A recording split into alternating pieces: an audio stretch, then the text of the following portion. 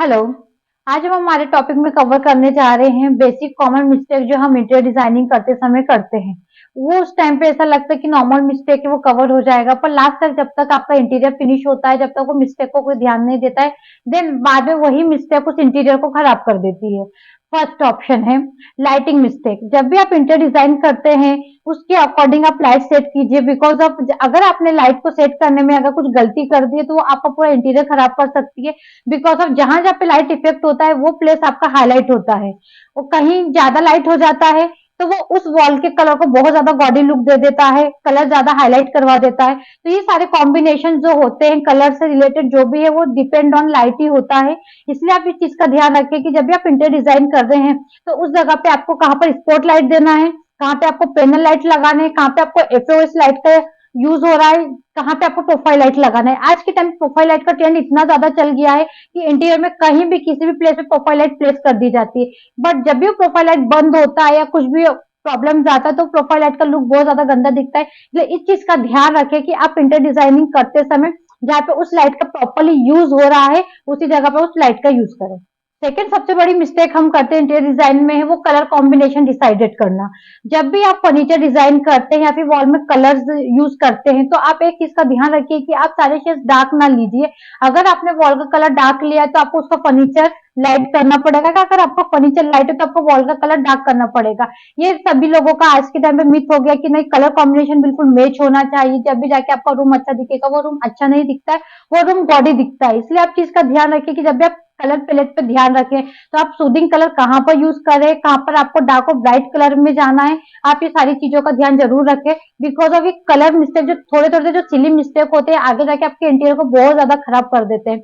इसलिए आप चीज का ध्यान रखिए कि अगर फॉर एग्जाम्पल अगर आप ग्रे और पिंक स्टोन को चूज कर रहे हैं आप अपने रूम के इंटीरियर के लिए, तो आप इसका ध्यान रखें कि अगर आप ग्रे टोन में है, आपने आपका बेड डिजाइन करवाया है तो उसके अंदर जो आपका कुशनिंग है इन ऑल सारी चीजें हैं तो आप उसको पिंक टोन में डाल सकते हैं, जो कि दोनों कलर कॉम्बिनेशन को साथ में मैच करेगा। ये नहीं कि आपने पूरा रूम ही पिंक कर दिया है देन उसके बाद में वो कलर बहुत ज्यादा हैवी एंड गॉडी लग रहा है। तो एक चीज का ध्यान रखिए कि दो कलर अगर आप अपोजिट ले रहे हैं तो उनका कॉम्बिनेशन भी बिल्कुल मैच करते हुए लेना चाहिए ताकि वो लुक काफी अच्छा दे।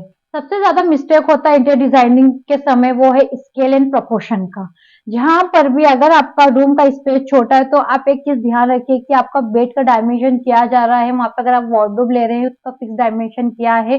ये सारी चीजों का ध्यान रखना आपको बहुत ज्यादा जरूरी है। कभी कभी ऐसा होता है वॉल छोटा होता है उसके फर्नीचर बहुत ज्यादा हैवी और बड़ा कर दिया जाता है, जहाँ पे उसका स्केल बिगड़ता तो है साथ में उसका प्रोपोर्शन भी खराब हो जाता है, जिसकी वजह से वो लुक काफी बुरा दिखता है। एंड उसके बाद में ऐसा लगता है कि आपने बहुत ज्यादा हैवी फर्नीचर करवा लिया है और आपका घर बहुत ज्यादा हैवी दिखने लग जाता है। इसके लिए आप चीज का ध्यान रखिए कि अगर आपका वॉल का डायमेंशन ज्यादा है, अगर आपको उस वॉल पर टीवी लगानी है तो आप एक चीज का ध्यान रखिएगा कि आपको आपके टीवी के अकॉर्डिंग उस टीवी यूनिट को डिजाइन करवाना है जो कि आपका लुक अच्छा दे। बिकॉज ऑफ कभी कभी क्या होता है कि रूम काफी ज्यादा छोटा हो गया, वहां पे आपने बड़े साइज का टीवी लगवा लिया, साथ में आपने टीवी यूनिट भी बहुत ज्यादा हैवी दे दिया है, तो ना ही आपका टीवी हाईलाइट हो पाएगा ना ही आपका टीवी यूनिट, और छोटे रूम में वो लुक ना सिमेट्री बैठेगी और वो लुक भी खराब कर देगा। इसी तरीके से अगर आप बेडरूम की बात कर रहे हैं, अगर आपका बेडरूम नॉर्मल अगर स्टैंडर्ड साइज में है, आज के टाइम पे लोगों के पास स्पेस नहीं होता तो बेडरूम कभी कभी छोटे भी हो जाते हैं। नॉर्मली फॉर एग्जांपल 10 बाय 12 का अगर आपका रूम है तो आप एक चीज का ट्राई कीजिए कि उस रूम में अगर आप बेड डिजाइन कर रहे हैं तो आप बेड का भी डायमेंशन 6 बाय 6.5 से ज्यादा नहीं लीजिए। अगर आप कोशिश करते हैं, अगर आप कंफर्ट है तो आप बेड का साइज छोटा कर सकते हैं। उसी के साथ में अगर आप वार्डरोब ले रहे हैं, स्टैंडर्ड साइज का जो वार्डरोब होता है वो 6 बाय 7 फीट का वार्डरोब होता है।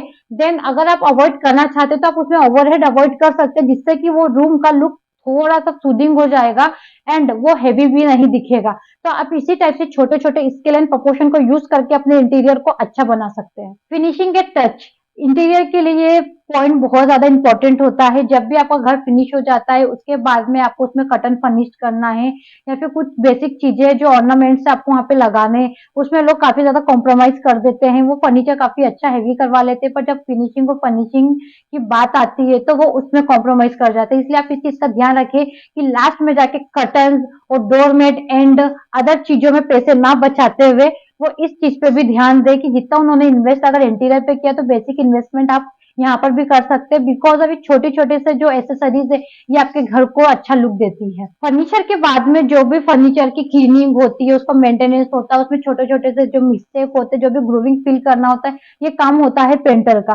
काफ़ी लोग क्या करते हैं कि पेंटर को ना अपॉइंट करके वो काफ़ी सारी चीज़ें ऐसे ही छोड़ देते हैं, जो कि लास्ट में जाके आपके फर्नीचर का लुक ही गंदा कर देता है।